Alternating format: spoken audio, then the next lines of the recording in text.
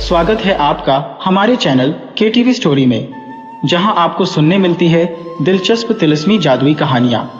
अगर आप चैनल पर नए हैं तो चैनल को सब्सक्राइब करें, कहानी पसंद आए तो वीडियो को लाइक करें। दोस्तों, आपसे निवेदन है कि अगर आपके पास भी ऐसी ही दिलचस्प और मज़ेदार कहानियां हैं तो आप हमें ईमेल के जरिए भेज सकते हैं। ईमेल का लिंक डिस्क्रिप्शन बॉक्स में मिल जाएगा। आप सभी का बहुत बहुत धन्यवाद। तो चलिए शुरू करते हैं आज की कहानी। एक बार देवलोक की परम सुंदरी अप्सरा उर्वशी अपनी सखियों के साथ कुबेर के भवन से लौट रही थी। मार्ग में केशी दैत्य ने उन्हें देख लिया और तब उसे उसकी सखी चित्रलेखा सहित वह बीच रास्ते से ही पकड़कर ले गया। यह देखकर दूसरी अप्सराएं सहायता के लिए पुकारने लगी, आर्यों, जो कोई भी देवताओं का मित्र हो और आकाश में आ जा सके वह आकर हमारी रक्षा करें। उसी समय प्रतिष्ठान देश के राजा पुरुरवा भगवान सूर्य की उपासना करके उधर से लौट रहे थे। उन्होंने यह करुण पुकार सुनी तो तुरंत अप्सराओं के पास जा पहुंचे, उन्हें धाड़स बधाया और जिस ओर वह दुष्ट दैत्य उर्वशी को ले गया था उसी ओर अपना रथ हाँकने की आज्ञा दी। अप्सराएं जानती थी कि पुरुरवा चंद्रवंश के प्रतापी राजा है और जब जब देवताओं की विजय के लिए युद्ध करना होता है तब तब इंद्र इन्हीं को बड़ी आदर के साथ बुलाकर अपना सेनापति बनाते हैं। इस बात से उन्हें बड़ा संतोष हुआ और वे उत्सुकता से उनके लौटने की राह देखने लगी। उधर राजा पुरुरवा ने बहुत शीघ्र ही राक्षसों को मार भगाया और उर्वशी को लेकर वह अप्सराओं की ओर लौट चले। रास्ते में जब उर्वशी को होश आया और उसे पता लगा कि वह राक्षसों की कैद से छूट गई है तो वह समझी कि यह काम इंद्र का है, परंतु चित्रलेखा ने उसे बताया कि वह राजा पुरुरवा की कृपा से मुक्त हुई है। यह सुनकर उर्वशी ने सहसा राजा की ओर देखा, उसका मन पुलक उठा। राजा भी इस अनोखे रूप को देखकर मन ही मन उसे सराहने लगे। अप्सराएं उर्वशी को फिर से अपने बीच में पाकर बड़ी प्रसन्न हुई और गदगद होकर राजा के लिए मंगल कामना करने लगी। महाराज सैकड़ों कल्पों तक पृथ्वी का पालन करते रहे। इसी समय गंधर्वराज चित्ररथ वहां आ पहुंचे। उन्होंने बताया कि जब इंद्र को नारद से इस दुर्घटना का पता लगा तो उन्होंने गंधर्वों की सेना को आज्ञा दी, तुरंत जाकर उर्वशी को छुड़ा लाओ। वे चले, लेकिन मार्ग में ही चारण मिल गए जो राजा पुरुरवा की विजय के गीत गा रहे थे, इसलिए वह भी उधर चले आए। पुरुरवा और चित्ररथ पुराने मित्र थे, बड़े प्रेम से मिले। चित्ररथ ने उनसे कहा, अब आप उर्वशी को लेकर हमारे साथ देवराज इंद्र के पास चलिए। सचमुच आपने उनका बड़ा भारी उपकार किया है। लेकिन विजयी राजा ने इस बात को स्वीकार नहीं किया। उन्होंने इसे इंद्र की कृपा ही माना। बोले, मित्र, इस समय तो मैं देवराज इंद्र के दर्शन नहीं कर सकूंगा, इसलिए आप ही इन्हें स्वामी के पास पहुंचाइए। चलते समय लाज के कारण उर्वशी राजा से विदा नहीं मांग सकी। उसकी आज्ञा से चित्रलेखा को ही यह काम करना पड़ा। महाराज, उर्वशी कहती है कि महाराज की आज्ञा से मैं उनकी कीर्ति को अपनी सखी बनाकर इंद्रलोक ले जाना चाहती हूँ। राजा ने उत्तर दिया, जाइए, परंतु फिर दर्शन अवश्य दीजिए। उर्वशी जा रही थी पर उसका मन उसे पीछे खींच रहा था, मानो उसकी सहायता करने के लिए ही उसकी वैजयंती की माला लता में उलझ गई। उसने चित्रलेखा से सहायता की प्रार्थना की और अपने आप पीछे मुड़कर राजा की ओर देखने लगी। चित्रलेखा सब कुछ समझती थी। बोली, ये तो छूटती नहीं दिखाई देती, फिर भी कोशिश कर देखती हूँ। उर्वशी ने हंसते हुए कहा, प्यारी सखी, अपने ये शब्द याद रखना, भूलना मत। राजा का मन भी उधर ही लगा हुआ था। जब तक वे सब उड़ न गई तब तक वह उधर ही देखते रहे। उसके बाद बरबस रथ पर चढ़कर वह भी अपनी राजधानी की ओर लौट गए। महाराज राजधानी लौट तो आए पर मन उसका किसी काम में नहीं लगता था। वह अनमने से रहते थे। उनकी रानी ने भी, जो काशी नरेश की कन्या थी, इस उदासी को देखा और अपनी दासी को आज्ञा दी कि वह राजा के मित्र विदूषक मानवक से इस उदासी का कारण पूछकर आए। दासी का नाम निपुणिका था। वह अपने काम में भी निपुण थी। उसने बहुत शीघ्र इस बात का पता लगा लिया कि महाराज की इस उदासी का कारण उर्वशी है। विदूषक के पेट में राजा के गुप्त प्रेम की बातें भला कैसे पच सकती थी। यही नहीं, रानी का भला बनने के लिए उसने यह भी कहा कि वह राजा को इस मृत तृष्णा से बचाने के लिए कोशिश करते करते थक गया है। यह समाचार देने के लिए निपुणिका तुरंत महारानी के पास चली गई और विदूषक डरता डरता महाराज के पास पहुंचा। तीसरे प्रहर का समय था। राजकाज से छुट्टी पाकर महाराज विश्राम के लिए जा रहे थे। मन उनका उदास था ही। विदूषक परिहासादि से अनेक प्रकार उनका मन बहलाने की कोशिश करने लगा, पर सब व्यर्थ हुआ। प्रमद वन में भी उनका मन नहीं लगा, जी उलटा भारी हो आया। उस समय वसंत ऋतु थी। आम के पेड़ों में कोंपलें फूट आई थी, कुर्बक और अशोक के फूल खिल रहे थे। भौरों के उड़ने से जगह जगह फूल बिखरे पड़े थे, लेकिन उर्वशी की सुंदरता ने उन पर कुछ ऐसा जादू कर दिया था कि उनकी आंखों को फूलों के भार से झुकी हुई लताएं और कोमल पौधे भी अच्छे नहीं लगते थे। इसलिए उन्होंने विदूषक से कहा, कोई ऐसा उपाय सोचो कि मेरे मन की साध पूरी हो सके। विदूषक ऐसा उपाय सोचने का नाटक कर ही रहा था कि अच्छे शकुन होने लगे और चित्रलेखा के साथ उर्वशी ने वहां प्रवेश किया। उन्होंने माया के वस्त्र ओढ़ रखे थे, इसलिए उन्हें कोई देख नहीं सकता था, वे सबको देख सकती थी।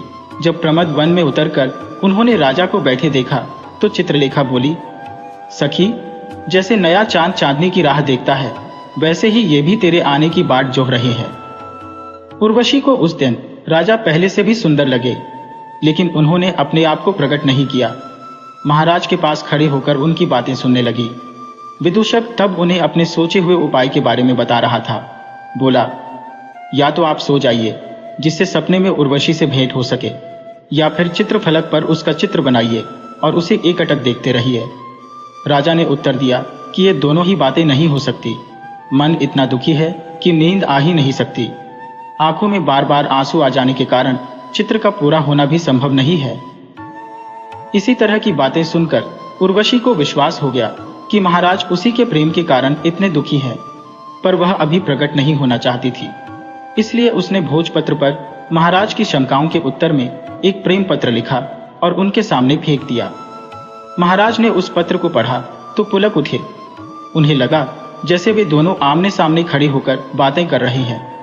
कहीं वह पत्र उनकी उंगलियों के पसीने से पूछ न जाए, इस डर से उसे उन्होंने विदूषक को सौंप दिया।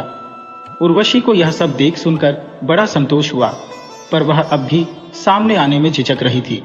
इसलिए पहले उसने चित्रलेखा को भेजा, पर जब महाराज के मुंह से उसने सुना कि दोनों ओर प्रेम एक जैसा ही बड़ा हुआ है, तो वह भी प्रकट हो गई। आगे बढ़कर उसने महाराज का जय जयकार किया। महाराज उर्वशी को देखकर बड़े प्रसन्न हुए, लेकिन अभी वे दो बातें भी नहीं कर पाए थे कि उन्होंने एक देवदूत का स्वर सुना। वह कह रहा था, चित्रलेखा, उर्वशी को शीघ्र ले आओ। भरत मुनि ने तुम लोगों को 8 रसों से पूर्ण जिस नाटक की शिक्षा दे रखी है, उसी का सुंदर अभिनय देवराज इंद्र और लोकपाल देखना चाहते हैं। यह सुनकर चित्रलेखा ने उर्वशी से कहा, तुमने देवदूत के वचन सुने, अब महाराज से विदा लो। लेकिन उर्वशी इतनी दुखी हो रही थी कि बोल ना सकी। चित्रलेखा ने उसकी ओर से निवेदन किया, महाराज, उर्वशी प्रार्थना करती है कि मैं पराधीन हूं, जाने के लिए महाराज की आज्ञा चाहती हो, जिससे देवताओं का अपराध करने से बच सकूं। महाराज भी दुखी हो रहे थे, बड़ी कठिनता से बोल सके, भला मैं आपके स्वामी की आज्ञा का कैसे विरोध कर सकता हूं, लेकिन मुझे भूलिएगा नहीं। महाराज की ओर बार बार देखती हुई उर्वशी अपनी सखी के साथ वहां से चली गई।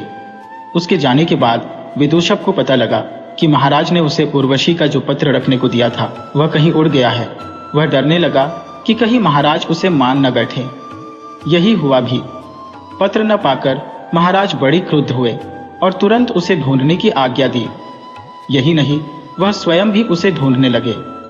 इसी समय महारानी अपनी दासियों के साथ उधर ही आ रही थी। उन्हें उर्वशी के प्रेम का पता लग गया था। वह अपने कानों से महाराज की बातें सुनकर इस बात की सच्चाई को परखना चाहती थी।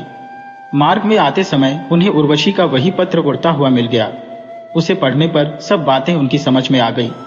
उस पत्र को लेकर जब वह महाराज के पास पहुंची तो वे दोनों बड़ी व्यग्रता से उसे खोज रहे थे। महाराज कह रहे थे कि मैं तो सब प्रकार से लौट गया। यह सुनकर महारानी एकाएक आगे बढ़ी और बोली, आर्यपुत्र, घबराइए नहीं, वह भोजपत्र यह रहा। महारानी को और उन्हीं के हाथ में उस पत्र को देखकर महाराज और भी घबरा उठे, लेकिन किसी तरह अपने को संभालकर उन्होंने महारानी का स्वागत किया और कहा, मैं इसे नहीं खोज रहा था देवी, मुझे तो किसी और ही वस्तु की तलाश थी। विदूषक ने भी अपने विनोद से उन्हें प्रसन्न करने का प्रयत्न किया, लेकिन वह क्यों मानने वाली थी। बोली, मैं ऐसे समय में आपके काम में बाधा डालने आ गई। मैंने अपराध किया, लीजिए मैं चली जाती हूँ। और वह गुस्से में भरकर लौट चली। महाराज पीछे पीछे मनाने के लिए दौड़े, पैर तक पकड़े, पर महारानी इतनी भोली नहीं थी कि महाराज की इन चिकनी चुपड़ी बातों में आ जाती, लेकिन पतिव्रता होने के कारण उन्होंने कोई कड़ा बर्ताव भी नहीं किया। ऐसा करती तो पछताना पड़ता। बस वह चली गई। महाराज भी अधीर होकर स्नान भोजन के लिए चले गए। वह महारानी को अब भी पहले के समान ही प्यार करते, लेकिन जब वह हाथ पैर जोड़ने पर भी नहीं मानी तो वह भी क्रुद्ध हो उठे। देवसभा में भरत मुनि ने लक्ष्मी स्वयंवर नाम का जो नाटक खेला था, उसके गीत स्वयं सरस्वती देवी ने बनाए थे। उसमें रसों का परिपाक इतना सुंदर हुआ था कि देखते समय पूरी की पूरी सभा मग्न हो उठती थी। लेकिन उस नाटक में उर्वशी ने बोलने में एक बड़ी भूल कर दी। जिस समय वारुणी बनी हुई मेनका ने लक्ष्मी बनी हुई उर्वशी से पूछा, सखी, यहाँ पर तीनों लोक के एक से एक सुंदर पुरुष, लोकपाल और स्वयं विष्णु भगवान आए हुए हैं, इनमें तुम्हें कौन सबसे अधिक अच्छा लगता है? उस समय उसे कहना चाहिए था पुरुषोत्तम, पर उसके मुंह से निकल गया पुरुष। इस पर भरत मुनि ने उसे शाप दिया, तूने मेरे सिखाए पाठ के अनुसार काम नहीं किया है, इसलिए तुझे यह दंड दिया जाता है कि तू स्वर्ग में नहीं रहने पाएगी। लेकिन नाटक के समाप्त हो जाने पर जब उर्वशी लज्जा से सिर नीचा किए खड़ी थी, तो सबके मन की बात जानने वाले इंद्र उसके पास गए और बोलो, जिसे तुम प्रेम करती हो वह राजर्षि रणक्षेत्र में सदा मेरी सहायता करने वाला है। कुछ उसका प्रिय भी करना ही चाहिए, इसलिए जब तक वह तुम्हारी संतान का मुंह न देखे तब तक तुम उसके साथ रह सकती हो। इधर काशीराज की कन्या महारानी ने मान छोड़कर एक व्रत करना शुरू किया और उसे सफल करने के लिए महाराज को बुला भेजा। कंचुकी यह संदेश लेकर जब महाराज के पास पहुंचा तो संध्या हो चली थी। राजद्वार बड़ा सुहावना लग रहा था। नींद में अलसाए हुए मोर ऐसे लगते थे जैसे किसी कुशल मूर्तिकार ने उन्हें पत्थर में अंकित कर दिया हो। जगह जगह संध्या के पूजन की तैयारी हो रही थी। दीप सजाए जा रहे थे। अनेक दासियां दीपक लिए महाराज के चारों ओर चली आ रही थी। इसी समय कंचुकी ने आगे बढ़कर महाराज की जय जयकार की ओर कहा, देवी निवेदन करती है कि चंद्रमा मणिहर में भवन से अच्छी तरह दिखाई देगा, इसलिए मेरी इच्छा है कि महाराज के साथ मैं वहीं से चंद्रमा और रोहिणी का मिलन देखूं। महाराज ने उत्तर दिया, देवी से कहना कि जो वह कहेंगी वह मैं करूंगा। यह कहकर वह विदूषक के साथ मणिहर में भवन की ओर चल पड़े। चंद्रमा उदय हो रहा था। उसे प्रणाम करके वे वहीं बैठ गए और उर्वशी के बारे में बातें करने लगे। उसी समय माया के वस्त्र ओढ़े उर्वशी भी चित्रलेखा के साथ उसी भवन की छत पर उतरी और उनकी बातें सुनने लगी। लेकिन जब वह प्रकट होने का विचार कर रही थी, तभी महारानी के आने की सूचना मिली। वह पूजा की सामग्री ली और व्रत को वेशभूषा में अति सुंदर लग रही थी। महाराज ने सोचा कि उस दिन मेरे मनाने पर भी जो रूठ कर चली गई थी, उसी का पछतावा महारानी को ही रहा है। व्रत के बहाने यह मान छोड़कर मुझ पर प्रसन्न हो गई है। महारानी ने आगे बढ़कर महाराज की जय जयकार की और कहा, मैं आर्यपुत्र को साथ लेकर एक विशेष व्रत करना चाहती हूँ, इसलिए प्रार्थना है कि आप मेरे लिए कुछ देर कष्ट सहने की कृपा करें। महाराज ने उत्तर में ऐसे प्रिय वचन कहे कि जिन्हें सुनकर महारानी मुस्कुरा उठी। उन्होंने सबसे पहले गंध फलादि से चंद्रमा की किरणों की पूजा की, फिर पूजा के लड्डू विदूषक को देकर महाराज की पूजा की। उसके बाद बाली, आज मैं रोहिणी और चंद्रमा को साक्षी करके आर्यपुत्र को प्रसन्न कर रही हूँ। आज से आर्यपुत्र जिस किसी स्त्री की इच्छा करेंगे और जो भी स्त्री आर्यपुत्र की पत्नी बनना चाहेगी, उसके साथ मैं सदा प्रेम करूंगी। यह सुनकर उर्वशी को बड़ा संतोष हुआ। महाराज बोले, देवी, मुझे किसी दूसरे को दे दो या अपना दास बनाकर रखो, पर तुम मुझे जो दूर समझ बैठी हो वह ठीक नहीं है। महारानी ने उत्तर दिया, दूर हो या ना हो, पर मैंने व्रत करने का निश्चय किया था, वह पूरा हो चुका है। यह कहकर वह दास दासियों के साथ वहां से चली गई। महाराज ने रोकना चाहा, पर व्रत के कारण वह रुकी नहीं। उनके जाने के बाद महाराज फिर उर्वशी की याद करने लगे। उदार हृदय पतिव्रता महारानी की कृपा से अब उनके मिलने में जो रुकावट थी वह भी दूर हो चुकी थी। उर्वशी ने, जो अब तक सब कुछ देख सुन रही थी, इस सुंदर अवसर से लाभ उठाया और वह प्रकट हो गई। उसने चुपचाप पीछे से आकर महाराज की आंखें मींच ली। महाराज ने उसको तुरंत पहचान लिया और अपने ही आसन पर बैठा लिया। तब उर्वशी ने अपनी सखी से कहा, सखी, देवी ने महाराज को मुझे दे दिया है, इसलिए मैं इनकी विवाहिता स्त्री के समान ही इनके पास बैठी हूँ। तुम मुझे दुराचारिणी मत समझ बैठना। चित्रलेखा ने भी महाराज से अपनी सखी की भली प्रकार देखभाल करने की प्रार्थना की। जिससे वह स्वर्ग जाने के लिए घबरा न उठे। फिर सबसे मिल भेंट कर वह स्वर्ग लौट गई। इस प्रकार महाराज का मनोरथ पूरा हुआ। खुशी खुशी वह भी विदूषक और उर्वशी के साथ वहां से अपने महल की ओर चले गए। उर्वशी के आने के बाद महाराज पुरूरवा ने राजकाज मंत्रियों को सौंप दिया और स्वयं गंधमादन पर्वत पर चले गए। उर्वशी साथ ही थी। वहां वे बहुत दिन तक आनंद मनाते रहे। एक दिन उर्वशी मंदाकिनी के तट पर बालों के पहाड़ बना बनाकर खेल रही थी कि अचानक उसने देखा महाराज एक विद्याधर की परम सुंदर बेटी की ओर एकटक देख रहे हैं। बस वह इसी बात पर रूठ गई, और रूठी भी ऐसी कि महाराज के बार बार मनाने पर भी नहीं मानी। उन्हें छोड़कर चली गई। वहां से चलकर वह कुमार वन में आई। इस वन में स्त्रियों को आने की आज्ञा नहीं थी। ब्रह्मचर्य का व्रत लेकर भगवान कार्तिकेय यहाँ रहते थे। उन्होंने यह नियम बना दिया था कि जो भी स्त्री यहाँ आएगी वह लता बन जाएगी। इसलिए जैसे ही उर्वशी ने उस वन में प्रवेश किया वह लता बन गई। इधर महाराज उसके वियोग में पागल ही हो गए और अपने मन की व्यथा प्रकट करते हुए इधर उधर घूमने लगे। कभी वह समझते कि कोई राक्षस उर्वशी को उठाए लिए जा रहा है, बस वह उसे ललकारते, लेकिन तभी उन्हें पता लगता कि जिसे वह राक्षस समझ बैठे थे कि वह तो पानी से भरा हुआ बादल है। उन्होंने इंद्रधनुष को गलती से राक्षस का धनुष समझ लिया है। ये बाण नहीं बरस रही है, ये बूंदें टपक रही है, और वह जो कसौटी पर सोने की रेखा के समान चमक रही है वह भी उर्वशी नहीं है, बिजली है। कभी सोचते कहीं क्रोध में आकर वह अपने दैवी प्रभाव से छिप तो नहीं गई। कभी हरी घास पर पड़ी हुई वीर बहुतियों को देखकर यह समझते कि ये उसके ओठों के रंग से लाल हुए आंसुओं की बूंदें हैं। अवश्य वह इधर से ही गई है। कभी वह मोर को देखकर उससे उर्वशी का पता पूछते, अरे मोर, मैं तुमसे प्रार्थना करता हूं कि अगर घूमते फिरते तुमने मेरी पत्नी को देखा हो तो मुझे बता दो।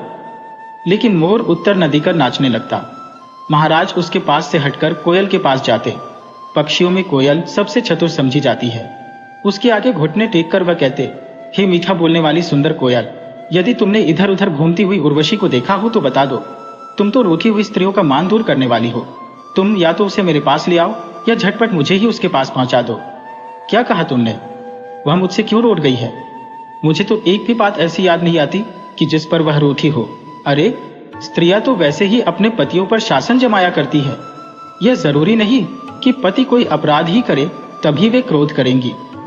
लेकिन कोयल भी इन बातों का क्या जवाब देती? वह अपने काम में लगी रहती। दूसरे का दुख लोग कम समझते हैं। राजा कहते, अच्छा बैठी रहो सुख से, हम ही यहां से चले जाते हैं। फिर सहसा उन्हें दक्षिण की ओर बिच्छुओं की सी झनझन सुनाई देती। लेकिन पता लगता वह तो राजहंसों की कूक है जो बादलों की अंधियारी देखकर मानस सरोवर जाने को उतावले हो रहे हैं। वह उनके पास जाकर कहते, तुम मानस सरोवर बाद में जाना। ये जो तुमने कमललाल संभाली है इन्हें भी अभी छोड़ दो। पहले तुम मुझे उर्वशी का समाचार बताओ। सज्जन लोग अपने मित्रों की सहायता करना अपने स्वार्थ से बढ़कर अच्छा समझते हैं। हे हंस, तुम तो ऐसे ही चलते हो जैसे उर्वशी चलती है। तुमने उसकी चाल कहां से चुराई? अरे, तुम तो उड़ गए। हंसकर, तुम समझ गए कि मैं चोरों को दंड देने वाला राजा हूं? अच्छा चलो कहीं और खोजूं। फिर वह चकवे के पास जा पहुंचते, उससे वही प्रश्न करते, लेकिन उन्हें लगता जैसे चकवा उनसे पूछ रहा है, तुम कौन हो? वह कहते, अरे तुम मुझे नहीं जानते? सूर्य मेरे नाना और चंद्रमा मेरे दादा है। उर्वशी और धरती ने अपने आप मुझे अपना स्वामी बनाया है। मैं वही पुरूरवा हूं। लेकिन चकवा भी चुप रहता। महाराज वहां से हटकर कमल पर मंडराते हुए भौरों से पूछने लगते, पर वे भी क्या जवाब देते। फिर उन्हें हाथी दिखाई दे जाता। उसके पास जाकर वह पूछते, हे मत वाले हाथी, तुम दूर तक देख सकते हो? क्या तुमने सदा जवान रहने वाली उर्वशी को देखा है? तुम मेरे समान बलवान हो। मैं राजाओं का स्वामी हो, तुम गजों के स्वामी हो। तुम दिन रात अपना दान यानी मद बहाया करते हो। मेरे यहां भी दिन रात दान दिया जाता है।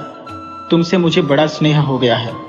अच्छा, सुखी रहो, हम तो जा रहे हैं। और फिर उनको दिखाई दे जाता एक सुहावना पर्वत।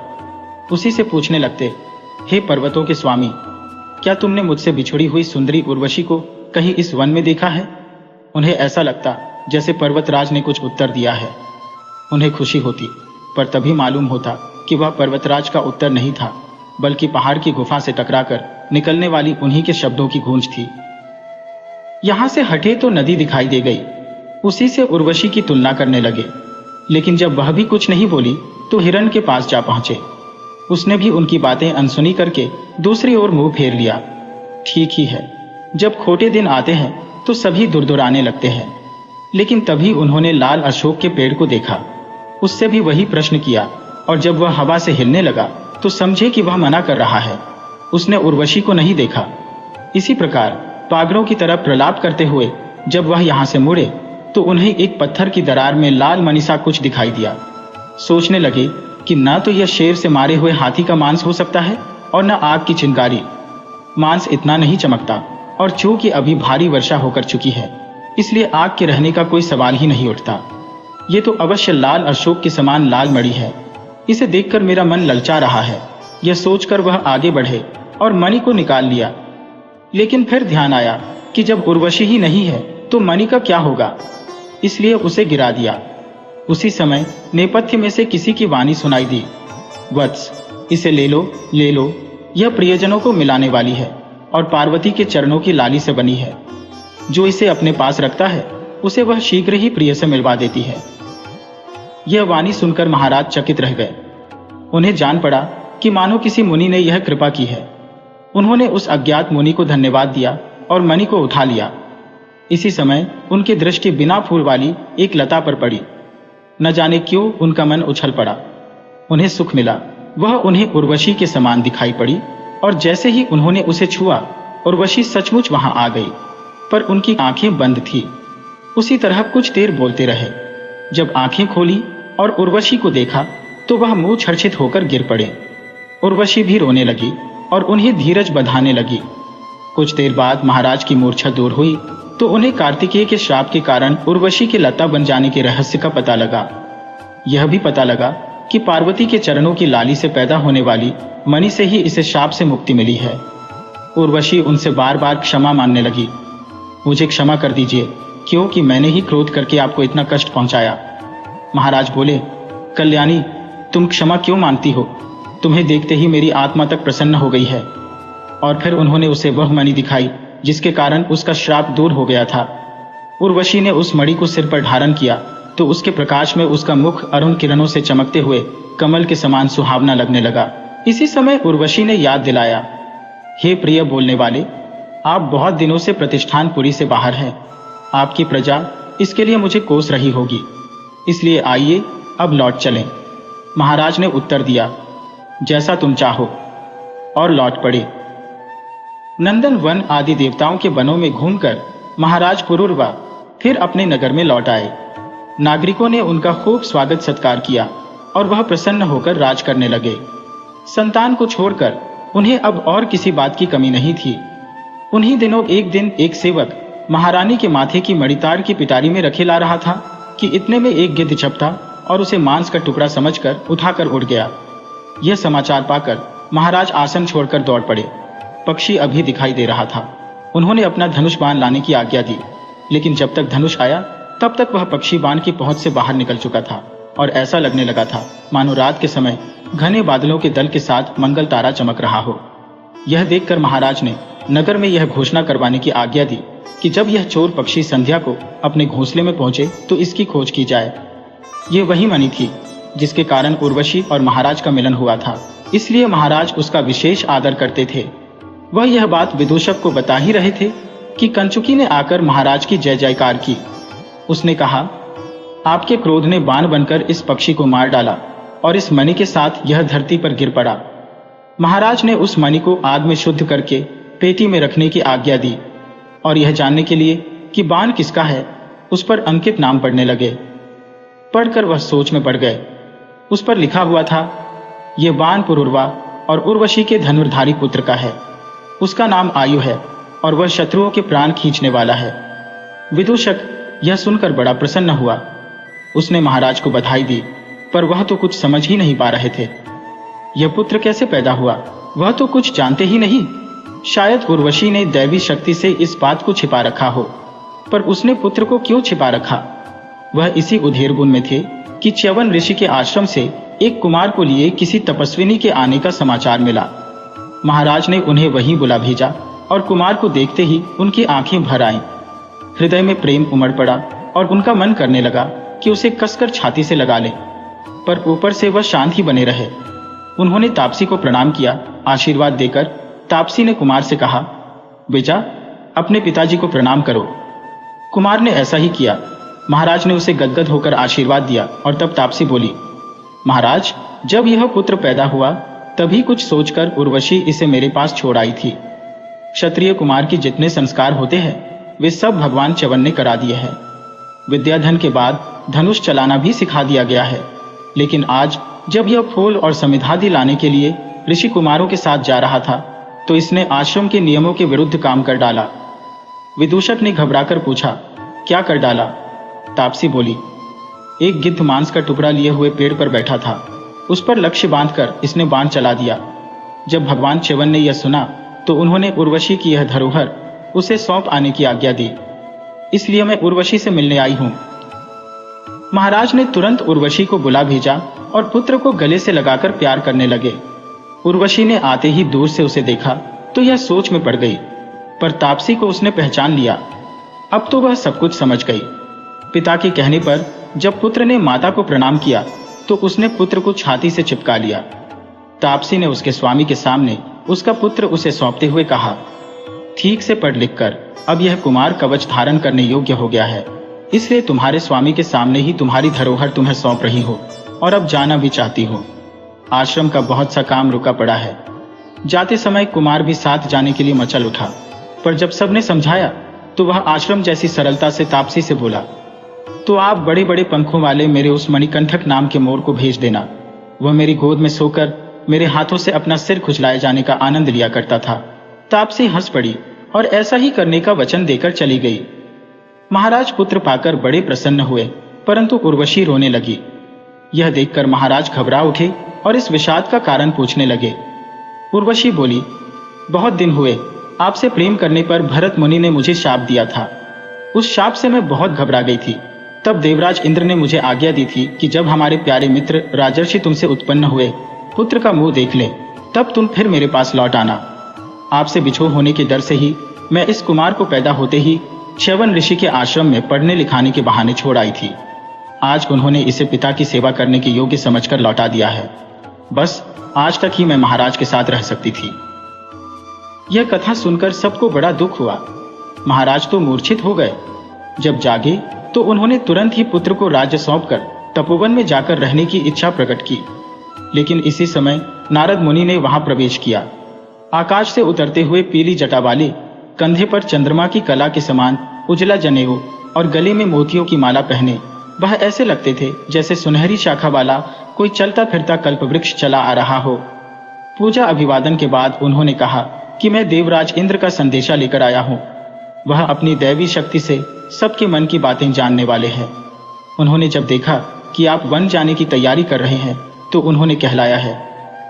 तीनों कालों को जानने वाले मुनियों ने भविष्यवाणी की है कि देवताओं और दानवों में भयंकर युद्ध होने वाला है। युद्ध विद्या में कुशल आप हम लोगों की सदा सहायता करते ही रहे, इसलिए आप शस्त्र न छोड़े। उर्वशी जीवन भर आपके साथ रहेगी। देवराज इंद्र का यह संदेश सुनकर उर्वशी और पुरुरवा दोनों बहुत प्रसन्न हुए। इंद्र ने कुमार आयु के युवराज बनने के उत्सव के लिए भी सामग्री भेजी थी। उसी से रंभा ने आयु का अभिषेक किया। अभिषेक के बाद कुमार ने सबको प्रणाम किया और उनका आशीर्वाद पाया। लेकिन बड़ी महारानी वहां नहीं थी, इसलिए उर्वशी ने आयु से कहा, चलो बेटा, बड़ी मां को प्रणाम कराओ। और वह उसे लेकर बड़ी महारानी के पास चली। महाराज बोले, ठहरो, हम सब लोग साथ ही देवी के पास चलते हैं। लेकिन चलने से पहले नारद मुनि ने उनसे पूछा, हे राजन, इंद्र आपकी और कौन सी इच्छा पूरी करें? राजा बोले, इंद्र की प्रसन्नता से बढ़कर और मुझे क्या चाहिए? फिर भी मैं चाहता हूं कि जो लक्ष्मी और सरस्वती सदा एक दूसरे से रूठी रहती है, सज्जनों के कल्याण के लिए सदा एक साथ रहने लगें। सब आपत्तियां दूर हो जाए, सब फले फूलें, सबके मनोरथ पूरे हो और सब कहीं सुख ही सुख फैल जाए। पुराने जमाने की बात है। एक राजा था, उसके 7 लड़के थे। 6 का विवाह हो गया था, 7वां अभी कुंवारा था। एक दिन वह महल में बैठा था कि उसे बड़ी जोर की प्यास लगी। उसने इधर उधर देखा तो सामने से उसकी छोटी भाभी आती दिखाई दी। उसने कहा, भाभी, मुझे एक गिलास पानी दे दो। महल में इतने नौकर चाकर होते हुए भी सबसे छोटे राजकुमार की यह हिम्मत कैसे हुई? भाभी मन ही मन खींच उठी। उन्होंने व्यंग्य भरे स्वर में कहा, तुम्हारा इतना ऊंचा दिमाग है तो जाओ, रानी पद्मिनी को ले आओ। राजकुमार ने यह सुना तो उसका पारा एकदम चढ़ गया। बोला, जब तक मैं रानी पद्मिनी को नहीं ले आऊंगा, इस घर का अन्न जल ग्रहण नहीं करूंगा। बात छोटी सी थी, लेकिन उसने उग्र रूप धारण कर लिया। रानी पद्मिनी काले कोसों दूर रहती थी। वहां पहुंचना आसान न था। रास्ता बड़ा दूभर था। जंगल, पहाड़, नदी नाले, समुद्र, जाने क्या रास्ते में पड़ते थे। किंतु राजकुमार तो संकल्प कर चुका था और वह पत्थर की लकीर के समान था। उसने तत्काल वजीर के लड़के को बुलवाया और उसे सारी बात सुनाकर 2 घोड़े तैयार करवाने को कहा। वजीर के लड़के ने उसे बार बार समझाया कि रानी पद्मिनी तक पहुंचना बहुत मुश्किल है, पर राजकुमार अपनी हट पर अड़ा रहा। उसने कहा, चाहे कुछ भी हो जाए, बिना रानी पद्मिनी के मैं इस महल में पैर नहीं रखूंगा। 2 घोड़े तैयार किए गए। रास्ते के खाने पीने के लिए सामान की व्यवस्था की गई और राजकुमार तथा वजीर का लड़का रानी पद्मिनी की खोज में निकल पड़े। उन्होंने पता लगाया तो मालूम हुआ कि रानी पद्मिनी सिंहल द्वीप में रहती है, जहां पहुंचने के लिए सागर पार करना होता है। फिर रानी का महल चारों ओर से राक्षसों से घिरा है। उनकी किलेबंदी को तोड़कर महल में प्रवेश पाना असंभव है। वजीर के लड़के ने एक बार फिर राजकुमार को समझाया कि वह अपनी प्रतिज्ञा को तोड़ दे, अपनी जान को जोखिम में न डाले। किंतु राजकुमार ने कहा, तीर एक बार तरकस से छूट जाता है तो वापस नहीं आता। मैं तो अपने वचन को पूरा करके ही रहूंगा। वजीर का लड़का चुप रह गया। दोनों अपने अपने घोड़ों पर सवार होकर रवाना हो गया। दोपहर को उन्होंने एक अमराई में डेरा डाला, खाना खाया, थोड़ी देर आराम किया, उसके बाद आगे बढ़ गए। चलते चलते दिन ढलने लगा। गोधूली की बेला आई। इसी समय उन्हें सामने एक बहुत बड़ा बाग दिखाई दिया। राजकुमार ने कहा, आज की रात इस बाग में बिताकर कल तड़के आगे चल पड़ेंगे। बाग का फाटक खुला था और वहां कोई चौकीदार या रक्षक नहीं था। वजीर के लड़के ने उधर निगाह डालकर कहा, मुझे तो यहाँ कोई खतरा दिखाई देता है। हम लोग यहाँ न रुककर आगे और कहीं रुकेंगे। राजकुमार हंस पड़ा, बोला, बड़े डरपोक हो तुम। यहाँ क्या खतरा हो सकता है? देखते नहीं कितना हरा भरा सुंदर बाग है। वजीर के लड़के ने कहा, आप माने ना माने, मुझे तो लग रहा है कि यहाँ कोई भेद छिपा है। राजकुमार ने उसकी एक न सुनी और अपने घोड़े को फाटक के अंदर बढ़ा दिया। बेचारा वजीर का लड़का भी उसके पीछे पीछे बाग में घुस गया। जो ही वे अंदर पहुंचे कि बाग का फाटक अपने आप बंद हो गया। राजकुमार और वजीर के लड़के को काटो तो खून नहीं। ये क्या हो गया? वजीर के लड़के ने राजकुमार से कहा, मैंने आपसे कहा था ना कि यहाँ ठहरना मुनासिब नहीं, पर आप नहीं माने। उसका नतीजा देख लिया। राजकुमार ने कहा, वह सब छोड़ो, अब यह सोचो कि हम क्या करें।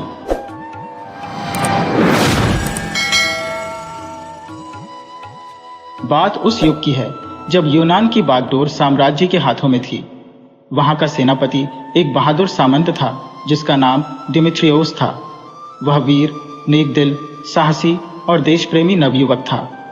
कोई भी शासक उसके भरोसे देश की सुरक्षा को छोड़कर निश्चिंत हो सकता था। इसके साथ साथ वह शाही प्रेमी भी था। साम्राज्य उससे प्यार करती थी। वह साम्राज्य और अपने देश दोनों के प्रति पूर्ण समर्पित और वफादार था। उसके हाथों की कोमल उंगलियां जब सम्राज्ञी के सुनहरे बालों को सहलाती तो उस स्पर्श के जादू से उसका पूरा शरीर तरंगित हो उठता। मगर यही उंगलियां जब तलवार की मूठ पर कस जाती तो शत्रु के कलेजे हिल जाते। उसका दिल साम्राज्य के प्यार में सारा बोर था, प्रेम रस से लबरेज। मगर जब बात देश की सुरक्षा की होती तो यही प्रेम पगा दिल वज्र का हो जाता था। देश उसकी दिलेरी वीरता और देशभक्ति का लोहा मानता था। प्रजा को उस पर पूर्ण विश्वास था। उसका हर जगह सम्मान होता था। वह यूनान की सभी नवयौवनाओं का आदर्श पुरुष था। किसी खास मौके पर जब वह अपने काले रंग के अरबी घोड़े पर सवार होकर यूनान की गलियों से गुजरता तो नवयुवतियां उसकी एक झलक पाने को बेचैन हो जाती थी। वे अपने घरों की छतों, खिड़कियों, वातायनों एवं छज्जों पर खड़ी होकर आतुरता से गलियों में देखती ताकि उसकी एक झलक पा सके। यही डिमित्रियोस जब हथियार बंद होकर देश की सीमाओं पर गश्त के लिए निकलता तो पड़ोसी देशों की सेनाओं के सेनापति भय से दहल जाते थे। अद्भुत बेमिसाल व्यक्तित्व का स्वामी था सेनापति डिमित्रियोस। नगर में अमेलिया नाम की एक लोक नर्तकी नगरवधू रहती थी। राजधानी के बड़े बड़े अमीर उमराव, छोटे बड़े सामंत, धनी रईस, बड़े सरकारी अधिकारी मनोरंजन एवं मौज के लिए इधर आते थे। अमीलिया अप्रतिम सौंदर्य की मलिका थी। उसके पास नर्तकियों का पूरा समूह था। उसकी बड़ी तमन्ना थी कि एक बार सेनापति भी उनकी नृत्यशाला में नृत्य देखने आते, मगर सेनापति ने कभी उस तरफ मुंह करके भी नहीं देखा। अमीलिया ने अभिसारिका बनकर नारी सुलभ आचरण को छोड़कर अपनी ओर से पहल करते हुए सेनापति को रंगशाला में आने का निमंत्रण भेजा, मगर सेनापति ने वहां जाना उचित नहीं समझा। अमीलिया ने दूसरी बार फिर अपना एक सेवक भेजकर सेनापति को रंगशाला में आने का अनुरोध किया। सेनापति फिर टाल गए। अमीलिया ने अपने स्वाभिमान को कुचलते हुए तीसरी बार फिर अपना एक संदेश वाहक भेजा। अब की बार डिमित्रियोस ने कहा, मैं समझता था कि पहले बुलावे पर जब नहीं जाऊंगा तो तुम्हारी मालकिन समझ जाएंगी कि मैं उनका अनुरोध स्वीकार नहीं कर सकता, मगर वह नादान नहीं समझी। दूसरी बार भी जब मैं नहीं गया तब भी वे इस बात को नहीं समझ पाई। अब मैं साफ साफ कहता हूं कि मैं तुम्हारी मालकिन का यह अनुरोध कदापि स्वीकार नहीं कर सकता। उनको मेरी ओर से ये कह देना कि मेरे मन में उनको लेकर कोई बैर या कटुता नहीं है। एक लोक नर्तकी की हैसियत से मैं उनका पूरा सम्मान करता हूँ। देश की सुरक्षा का भार मेरे कंधों पर है और मैं राजमहल का शाही प्रेमी हूँ। ये दोनों उत्तरदायित्व बहुत महत्वपूर्ण है। इनके कारण मैं एक सामान्य व्यक्ति की तरह स्वतंत्र जीवन नहीं जी सकता। ये मेरा कर्तव्य भी है। अपनी मालकिन से कहना कि मैं अवहेलना के लिए क्षमा प्रार्थी हूँ, सेनापति ने विनम्रता से कहा। सेनापति का उत्तर सुनकर अमीलिया का नारीत्व आहत हो गया। उसे लगा कि सेनापति ने कटा सा जवाब देकर मेरे आत्माभिमान पर आघात किया है। उसका अहम चाट खाकर जाग उठा था। सेनापति कभी कभी अपने घोड़ों को नदी में नहलाने के लिए लेकर जाता था। एक दिन सेनापति घोड़े लेकर आया तो देखा कि अमीलिया व उसकी सखियों के तंबू पहले से ही किनारे पर लगे हुए थे। वे भी जल के लिए यहाँ आई हुई थी। सामना होने पर अमीलिया मोहक अंदाज में बोली, देश के रक्षक और शाही प्रेमी को इस अदना सी नर्तकी का सलाम कबूल हो। सलाम का उत्तर देते हुए सेनापति ने पूछा, कैसी हो अमीलिया? ठीक हूं जनाब, लगता है आप घोड़े नहलाने के लिए आए हैं, मगर यह स्थान तो हमने पहले से घेर लिया है। आपसे से सवाल का जवाब चाहती हो, फिर यहां से चली जाऊंगी। अपना सारा तामझाम उठा ले जाऊंगी। सेनापति बोले, बोलो क्या पूछना चाहती हो? तुम्हें अपना सवाल पूछने की पूरी आजादी है। बस मुझे इतना बता दीजिए कि राजमहल में आप अपनी इच्छा से कब गए थे? सत्य बताइएगा सेनापति जी। अपनी इच्छा से तो कभी नहीं गया अमीलिया। मेरी इच्छा का तो कोई मतलब नहीं है। जब सम्राज्ञी बुलाती है तभी जाता हूं। तो इसका मतलब आपकी कोई तमन्ना, कोई चाहत या अरमान है ही नहीं। यदि कोई चांदनी रात, बसंती हवा, मधुर संगीत किसी का साथ पाने को बेचैन कर दे तब क्या होता है, कैसा लगता है? सेनापति डिमित्रियोस की चेतना पर मानो हथौड़े पड़ने लगे। मैं कौन हूं? हुकुम का गुलाम, सम्राज्ञी के आदेशों पर नाचने वाला पुतला। सीमाओं की रक्षा करना मेरी जिम्मेदारी, मेरी ताकत का प्रयोग देश की रक्षा के लिए, और मेरी इच्छा, मेरे अरमान। अमीलिया के एक सवाल ने सेनापति के सोचने की दिशा की बदल डाली थी। उसके चेहरे पर चिंता व उलझन के भाव साफ दिखाई दे रहे थे। जिस निजी सुखों को वह भूल गया था, अमीलिया के सवाल ने सब फिर से याद दिला दिया था। एक रात सेनापति बिना बताए अमीलिया की नृत्यशाला की महफिल में हाजिर हो गया। अमीलिया के संकेत पर सेविकाओं ने उस पर फूलों की वर्षा की। सुगंधित इत्र छिड़का गया, मनमोहक सुगंध वाला शरबत पेश किया गया, फिर आकर्षक एवं उत्तेजक नृत्य का आयोजन किया गया। डिमित्रियोस एक अलग दुनिया में था। वह अब अमीलिया पर मोहित हो चुका था। मैं तुम्हें पाना चाहता हूं अमीलिया, बोलो क्या कहती हो? हम देह के व्यापार को प्रमुखता नहीं देते सेनापति। यदि कभी देह देने की बात आ भी जाए तो हम पैसा नहीं उपहार लेते हैं। तो तुम कैसा उपहार चाहती हो अमीलिया? मैं तुम्हें मनचाहा उपहार लाकर दे सकता हूं। बहके हुए डिमित्रियोस ने कहा, 3 चीजें, एक हार, एक कंघी और एक आईना। ठीक है, अगली बार ये तीनों उपहार लेकर ही तुम्हारे पास आऊंगा। अब मुझे जाना होगा अमीलिया। ठीक है, मगर जाने से पहले मैं आपके सामने कुछ और बातें स्पष्ट कर देना चाहती हूँ, ताकि आप हमें भली भांति समझ सके और किसी प्रकार की गलतफहमी का शिकार ना हो। इसलिए आप संयत होकर हमारी बात सुनिए। अमीलिया ने कहा। डिमित्रियोस सावधान हो गया। देखिए, हमारी नृत्यशाला का प्रमुख कार्य है नाच व गाना गाकर लोगों का मनोरंजन करना। फिर यहाँ मधुशाला भी बना दी गई। इसलिए यहाँ हर तरह के लोग आने लगे। लोक नर्तकी होने के कारण मैं किसी को रोक नहीं सकती। फिर हमारे पास कुछ ऐसी युवतियां भी आने लगी जो अर्थाभाव के कारण मदिरा पीकर बहकने वाले लोगों के साथ रात बिताने को तैयार थी। इस तरह यहाँ ऐसे लोग भी आते हैं जो मदिरा पीते हैं, इन युवतियों को मुद्रा देकर अपना संयम खोटा करके निकल जाते हैं। ऐसे लोगों का यहाँ कोई स्वागत सत्कार नहीं होता। यहाँ पर जो नर्तकी है वे लोगों के सामने अपनी नृत्य कला व संगीत कला का प्रदर्शन करती है। कला प्रेमी सम्य दर्शक उनकी कला की प्रशंसा करते हैं, इससे उनको आत्मसंतोष मिलता है।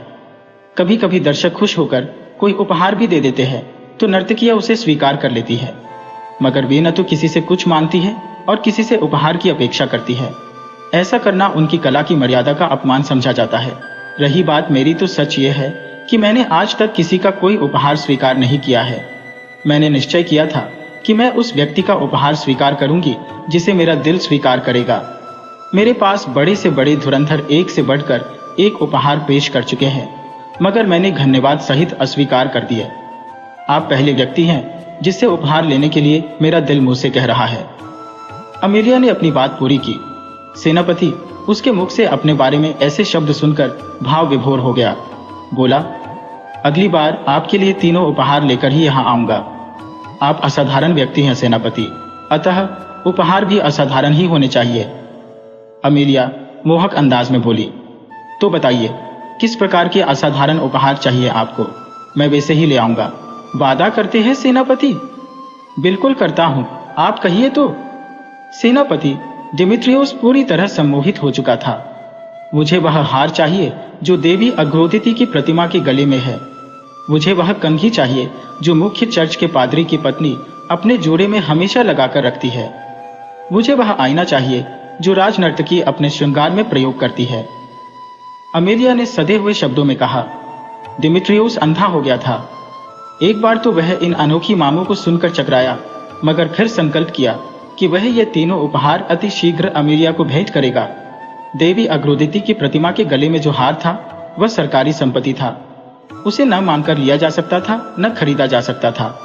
उसे केवल चुराया जा सकता था। इसके अलावा कोई विकल्प नहीं था। सेनापति पर अपनी इच्छा से कुछ करने व अमेलिया को पाने का जिनसवार था। उसने देवी की प्रतिमा के गले से हार चुराया और छिपा कर रख लिया। सुबह होते ही देवी अग्रोदिति की प्रतिमा के गले से हार चोरी होने का समाचार जंगल की आग की तरह फैल गया। शहर कोतवाल को चोर पकड़ने की जिम्मेदारी सौंपी गई। अब सेनापति ने चर्च के आसपास घूमना आरंभ कर दिया। एक रात उसने देखा पादरी की पत्नी चांदनी रात में चर्च के सामने वाले बागीचे में घूम रही थी। वह अचानक उसके सामने आ गया। सेनापति को अपने सामने देखकर वह भौंचक रह गई। अरे आप! उसके मुंह से अनायास ही ये शब्द फूट पड़े। हाँ, श्रीमती जेनिया, सेनापति हो ना। देश की सीमाओं पर गश्त करते करते कभी अंदर भी झांक लेता हूँ। संयोगवश आपसे भेंट होनी थी, इसलिए शायद यहाँ आ निकला। बड़ी अपनेपन से उसने पादरी की पत्नी के कंधे पर हाथ रखा। जेनिया अभिभूत थी। जिसकी एक झलक पाने को यूनान की सुंदरिया तरसती थी, वह आज ठीक उसके सामने खड़ा था। वह उस मादक मदहोश कर देने वाले हाथ के स्पर्श से सिहर उठी। वह एक खुमारी जैसी स्थिति में आ गई। उसके शब्द मुंह में जैसे बर्फ हो गए। वह मानो सपना देख रही थी। आओ थोड़ी देर कहीं बैठ जाते हैं। सेनापति ने मौन तोड़ा। वह यंत्र चलित सी उसके पीछे चलती गई। एक संगमरमर की बेंच पर दोनों बैठ गए। अचानक डिमित्रियोस ने उसे अपने अंक में खींच लिया। वह मादकता में डूबती चली गई। सेनापति एक योद्धा था। उसे पता था आघात कहाँ करना है। उसने सधे हुए बलिष्ठ हाथों से गला दबाया। जेनिया पल भर में ही शांत हो गई। उसने जोड़े में नस से कंघी निकाली। बड़ी नजाकत से जेनिका के शव को बेंच पर लिटाया। लाश के माथे पर चुंबन अंकित करके वहां से निकल गया। अब वह राजनर्तकी के महल में गया। वह सबका विश्वास पात्र था। कहीं भी जाना, खाने में नशीला पदार्थ मिलाना उसके लिए कोई बड़ी बात नहीं थी। नशे में डूबी नर्तकी के श्रृंगार कक्ष में आईना चोरी हो गया। लगातार 3 आपराधिक वारदातों ने साम्राज्य को विचलित कर दिया। उसने सेनापति के सामने चिंता प्रकट की। सेनापति ने कहा, मेरा काम बाहरी शत्रुओं से देश की रक्षा करना है, मगर आप चिंता न करें। आज से मैं आंतरिक सुरक्षा का दायित्व ले रहा हूं। भविष्य में ऐसा कुछ नहीं होगा। मैं सचेत रहूंगा। आप इत्मीनान रखिए। अब सेनापति ने तीनों उपहार पा लिए थे। अब वह ये उपहार अमेलिया के पास लेकर जाने को आतुर था। उसका गुलाबी बदन रह रहकर सेनापति के मन में प्रतिबिंबित हो रहा था। उसे नींद नहीं आ रही थी। अचानक वह कल्पना करने लगा कि देवी अग्रोदिति का हार पहनकर अमेलिया कैसी लगेगी। कल्पना करते करते उसके मस्तिष्क को जोरदार झटका लगा। ऐसा लगा जैसे भयंकर बिजली का करंट उसे सिर से पैर तक बुरी तरह झुलसा गया हो। चेतना पर मानो हथौड़े पड़ने लगे। उसकी छठी इंद्री कुछ सवालों के संकेत देने लगी थी। प्रश्नों का चक्रव्यूह उसे घेर चुका था। पहला प्रश्न, अमेलिया नगरवधू है। वह इतनी भोली तो नहीं कि देश के नियम कायदे को न जानती हो। उसे पहले से पता था कि अग्रोदिति की प्रतिमा का हार केवल चोरी से हासिल किया जा सकता है। राष्ट्रीय महत्व की कोई चीज चोरी हो जाती है तो उसकी चर्चा भी हर जगह होती है और उसकी तलाश भी जोर शोर से की जाती है। ऐसे में कोई उस हार को गले में धारण करके स्वयं अपनी मौत को क्यों बुलाएगा? जब अमेलिया इस हार को पहन ही नहीं सकती तो उसे उपहार में क्यों मांगा? अगला सवाल, श्रीमती जेनिया नदर की प्रतिष्ठित महिला थी। उसकी हीरे जड़ी सोने की कंघी के बारे में सब जानते थे। उसके जोड़े से कंघी निकालना, या तो मैं उसकी हत्या करूंगा या पकड़ा जाऊंगा। अमेलिया ने सब पहले से ही सोच लिया था। मैं हत्यारा बन गया। क्या कोई किसी लाश से उतरा कपड़ा या जेवर पहन सकता है? कदापि नहीं। फिर उसने ऐसा उपहार क्यों मांगा? मुझसे हत्या जैसा अपराध करवाने के लिए। ओह, कहां चल दिया था मैं। तीसरा प्रश्न, राजनर्तकी का आईना। दोनों हमपेशा थी। कभी कभी किसी विशेष अवसर पर दोनों का सामूहिक नृत्य भी होता था। एक ही पेशे से जुड़ी होने के कारण उनका अक्सर मिलना जुलना भी होता रहता था। ऐसे में उस आईने को अमेलिया अपने प्रयोग में कैसे ला सकती थी जबकि उसके पकड़े जाने का डर था? ओह, तो योजना ये थी कि या तो मैं आईना चुराऊंगा या चुराते हुए पकड़ा जाऊंगा। दोनों स्थितियों में प्रतिष्ठा तो मेरी ही गिरनी थी। आखिर क्या चाहती थी अमेलिया? दिमित्रियुस का दिमाग सनसना उठा। कुछ समय के लिए वह अपना मूल चरित्र खो अवश्य बैठा था, मगर था तो वह योद्धा ही। हर पल सचेत, सजग व सावधान देश का सच्चा प्रहरी। अब वह अपने मूल स्वरूप को पा चुका था। वह एक निर्णय ले चुका था। उसके चेहरे पर सुकून था। अगली शाम उसने सामंतों जैसी नागरिक पोशाक धारण की। तीनों चीजों को लाल रेशमी थैली में डाला। अपने शानदार अरबी घोड़े पर सवार होकर वह अमेलिया की महफिल में उपस्थित हो गया। उसका शानदार स्वागत हुआ। लाल गोटे की किनारी वाले मनसद पर उसे बिठाया गया। अमेलिया उसके साथ बैठी। देखो अमेलिया, यह रेशमी थैली। अपने वायदे के अनुसार मैं तीनों उपहार लेकर उपस्थित हूँ, मगर यह उपहार स्वीकार करने से पहले तुम्हें भी मेरी एक बात स्वीकार करनी होगी। वचन देती हो जैसे मैंने दिया था? हाँ, मैंने वचन दिया।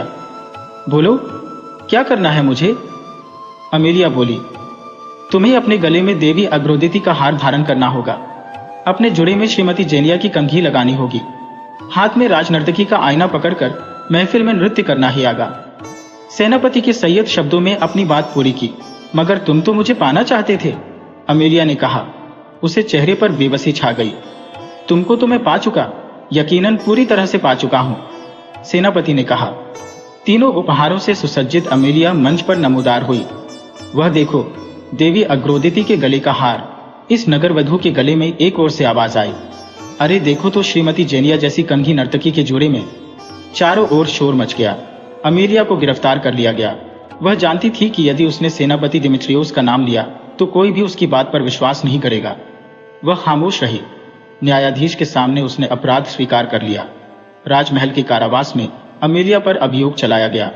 एक बूढ़ा सेवादार उसे समय पर खाने पीने की सामग्री दे जाता था। उसका खाना बहुत उत्तम व स्वादिष्ट होता था। कारावास में उसके सुख सुविधा का पूरा ख्याल रखा जाता था। बूढ़ा सेवादार उसके पास घंटों तक बैठकर बातें करता रहता था। एक दिन उसने अमेलिया से पूछा, तुमने ये चोरियां क्यों की बेटी? वह बोली, बाबा, चोरी मैंने नहीं की, मगर इन चोरियों का कारण मैं ही हूं। ये क्या कह रही हो बेटी? ऐसा कैसे हो सकता है? फिर तुम कारावास क्यों झेल रही हो?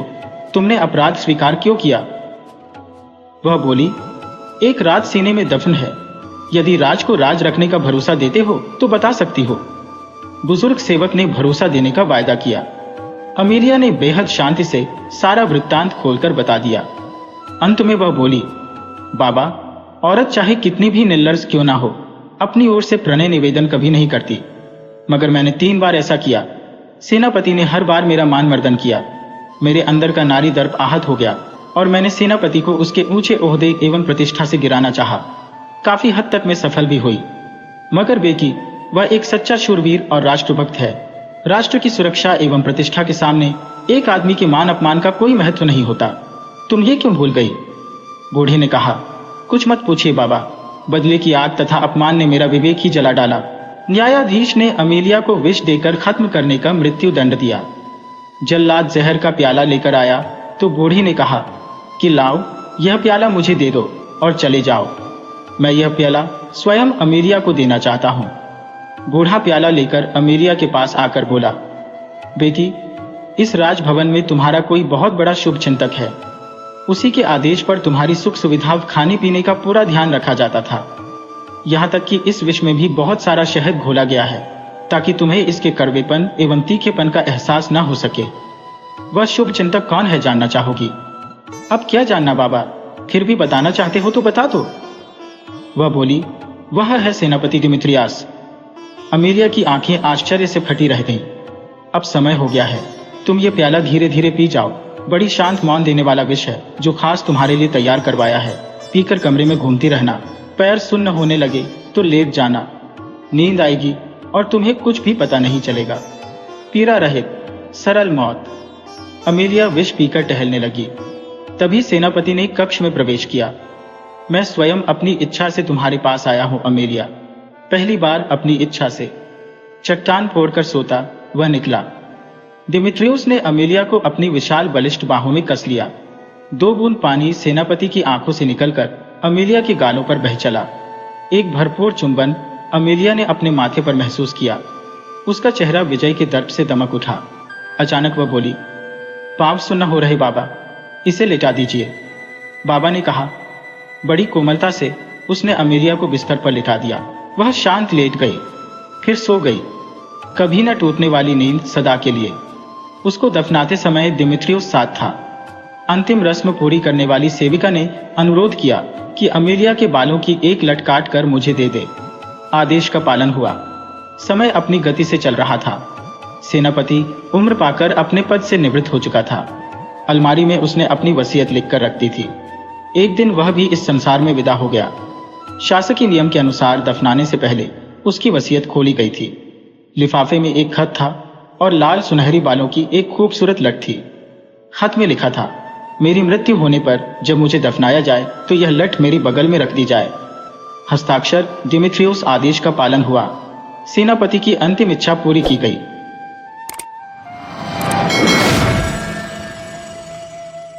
बहुत दिन हुए एक गांव में एक गरीब स्त्री रहती थी। एक छोटी सी लड़की को छोड़कर उसके और कोई नहीं था। यह लड़की बड़ी सुंदर और भोली थी, इसीलिए हर आदमी उसे बहुत प्यार करता था। एक दिन स्त्री ने थोड़े से चावल एक थाली में डालकर सुखाने के लिए धूप में रख दिए और लड़की से उनकी रखवाली करने को कहा। लड़की थाली के पास बैठ गई और चिड़ियों को उड़ाने लगी। अभी उसे चावलों की रखवाली करते थोड़ी ही देर हुई थी कि एक बड़ा विचित्र कौवा उड़ता हुआ वहां आया और थाली के पास बैठ गया। लड़की ने उसे आश्चर्य से देखा। ऐसा कौवा उसने पहले कभी नहीं देखा था। इस कौवे के पंख सोने के थे और चोंच चांदी की। उसके पांव तांबे के बने हुए थे। कौवे ने वहां आते ही हंसना और चावल खाना शुरू कर दिया। जब लड़की ने यह देखा तो उसकी आंखों में आंसू आ गए। उसने चिल्लाकर कहा, इन चावलों को मत खाओ, मेरी माँ बहुत गरीब है, उसके लिए ये चावल भी बहुत कीमती है। सोने के पंख वाले कौवे ने बड़े स्नेह के साथ लड़की की ओर देखा और कहा, तुम बहुत भोली और अच्छी लड़की हो, मैं तुम्हें इन चावलों की कीमत दे दूंगा। तुम कल सुबह सूरज निकलने से पहले गांव के बाहर बड़े पीपल के पास आना, वहां मैं तुम्हें कुछ दूंगा। यह कहकर कौवा उड़ गया। लड़की बहुत खुश हुई। वह सारे दिन और सारी रात इस विचित्र कौवे के बारे में सोचती रही। दूसरे दिन सुबह सूरज निकलने से पहले ही वह पीपल के उस पेड़ के नीचे पहुंच गई। जब उसने निगाह उठाकर उस पेड़ की पत्तियों के बीच में झांका तो उसके आश्चर्य का ठिकाना नहीं रहा। घनी पत्तियों वाले उस पेड़ की चोटी पर सोने का एक छोटा सा महल बना हुआ था। यह महल बहुत सुंदर था और अंधेरे में भी जगमगा रहा था। लड़की बहुत देर तक वहां खड़ी उसे देखती रही। जब कौवा सोकर उठा तो उसने अपने महल की खिड़की से मुंह बाहर निकाला और कहा, ओह, तो तुम आ गई हो। तुम्हें ऊपर आ जाना चाहिए था, लेकिन ठहरो, मैं नीचे सीढ़ी लटकाए देता हूँ। बताओ, तुम्हें सोने की सीढ़ी चाहिए, चांदी की या तांबे की? लड़की ने कहा, मैं गरीब माँ की गरीब बेटी हूँ, मैं तो सिर्फ तांबे की सीढ़ी लटकाने को कह सकती हूँ। लेकिन लड़की को यह देखकर आश्चर्य हुआ कि कौवे ने सोने की सीढ़ी लटका दी और वह उस पर चढ़कर सोने के महल में पहुंच गई। यह छोटा सा महल तरह तरह की विचित्र और सुंदर चीजों से सजा हुआ था। इसके अंदर भी कोई चीज सोने की थी, कोई चांदी की और कोई तांबे की। लड़की बहुत देर तक घूम घूम कर महल को देखती रही। इसके बाद कौवे ने कहा, मैं समझता हूं तुम्हें भूख लगी होगी, आओ पहले थोड़ा नाश्ता कर लो। बताओ, तुम सोने की थाली में भोजन करोगी, चांदी की थाली में या तांबे की थाली में? लड़की ने उत्तर दिया, मैं गरीब माँ की गरीब बेटी हूँ, मैं तो सिर्फ तांबे की थाली को कह सकती हूँ। लेकिन उसे यह देखकर आश्चर्य हुआ कि उसे सोने की थाली में भोजन परोसा गया। भोजन कर चुकने के बाद कौवा अपने अंदर वाले कमरे से 3 बक्स उठा लाया। इसमें एक बक्स बड़ा था, दूसरा उससे छोटा और तीसरा सबसे छोटा। तीनों बक्सों को मेज पर रखते हुए कौवा बोला, इनमें से एक बक्स चुन लो, घर जाकर तुम इसे अपनी माँ को दे देना। लड़की ने सबसे छोटा बक्स उठा लिया और कौवे को धन्यवाद देकर सीढ़ी से उतर गई। जब वह घर पहुंची तो दोनों माँ बेटियों ने बड़ी खुशी और उल्लास के साथ बक्स खोला। उसके भीतर से बहुत सा सोना निकाला। उनके पड़ोस में एक स्त्री रहती थी जो बहुत ही लालची थी। उसकी एक लड़की थी। यह लड़की भी बड़ी घमंडी और बात बात में क्रोध करने वाली थी। जब इस स्त्री ने दूसरी स्त्री और उसकी बेटी को अमीर होते देखा तो वह उससे ईर्ष्या करने लगी। बहुत कोशिश करने के बाद उसने उनके अमीर होने के रहस्य का पता लगा लिया। दूसरे दिन उसने भी एक थाली में चावल भरकर धूप में सुखाने के लिए रख दिए और अपनी बेटी को उनकी रखवाली के लिए बैठा दिया। लड़की वहां बैठ तो गई, लेकिन वह बहुत आलसी थी। थोड़ी देर तक तो वह चिड़ियों को उड़ाती रही, फिर थक कर एक ओर बैठ गई और पक्षी आ आकर उसके चावलों को खाने लगे। जब उन्होंने आधे से भी ज्यादा चावल खा डाले तो वह विचित्र कौवा वहां आया और चावल खाने लगा। उसे देखते ही वह लड़की जोर से चिल्लाकर बोली, ए कौवे, जो चावल तुमने खाए हैं तुम्हें उनकी कीमत देनी पड़ेगी। हमें ये चावल मुफ्त में ही नहीं मिले हैं जो तुम इस तरह इन्हें खाए जा रहे हो। कौवे ने क्रोध से लड़की की तरफ देखा, लेकिन फिर उसने नम्र स्वर में कहा, अच्छी लड़की, मैं तुम्हें चावलों की कीमत दूंगा। तुम कल सुबह ही सूरज निकलने से पहले उस बड़े पीपल के पेड़ के नीचे आ जाना, वहां मैं तुम्हें कुछ दूंगा। इतना कहकर कौवा उड़ गया। दूसरे दिन सुबह ही वह लड़की पीपल के उस बड़े पेड़ के नीचे पहुंच गई और कौवे के जागने की प्रतीक्षा किए बिना ही जोर से चिल्लाकर बोली, ए कौवे, मैं आ गई हूं, अब मुझे मेरे चावलों की कीमत दो। कौवे ने अपने सोने के महल की खिड़की से अपना सिर बाहर निकाला और कहा, जरा ठहरो, मैं नीचे सीढ़ी लटकाए देता हूं, तुम्हें उस पर चढ़कर ऊपर आना होगा। बताओ, तुम्हें सोने की सीढ़ी चाहिए, चांदी की या तांबे की? लड़की ने तुरंत ही कहा, तांबे की सीढ़ी पर चढ़ने से तो मेरे हाथ छिल जाएंगे, मुझे तो सोने की सीढ़ी चाहिए। लेकिन लड़की को यह देखकर आश्चर्य हुआ कि कौवे ने उसके लिए तांबे की सीढ़ी लटकाई। उसी सीढ़ी पर चढ़कर लड़की कौवे के सोने के महल में पहुंच गई। उसके वहां पहुंचते ही कौवे ने पूछा, तुम्हें भूख लगी होगी, पहले थोड़ा नाश्ता कर लो। बताओ, तुम सोने की थाली में भोजन करोगी, चांदी की थाली में या तांबे की थाली में? लालची लड़की ने उत्तर दिया, मैंने तो तांबे की थाली में कभी भोजन नहीं किया, मुझे तो सोने की थाली चाहिए। लेकिन उसे यह देखकर निराशा हुई कि उसे तांबे की थाली में ही भोजन परोसा गया। भोजन कर चुकने के बाद कौवा अपने अंदर वाले कमरे से 3 बक्स उठा लाया। इसमें एक बक्स बड़ा था, दूसरा उससे छोटा और तीसरा सबसे छोटा। तीनों बक्सों को मेज पर रखते हुए कौवा बोला, इनमें से एक बक्स चुन लो, घर जाकर तुम इसे अपनी माँ को दे देना। लालची लड़की ने सबसे बड़ा बक्स उठा लिया और कौवे को धन्यवाद दिए बिना ही सीढ़ी से उतर गई। जब वह घर पहुंची तो दोनों माँ बेटियों ने बड़ी खुशी और उल्लास के साथ बक्स खोला। लेकिन यह क्या? उसके भीतर एक बहुत बड़ा और काला सांप निकला। लालची लड़की को उसके लालच का फल मिल गया। इसके बाद फिर उसने कभी लालच नहीं किया।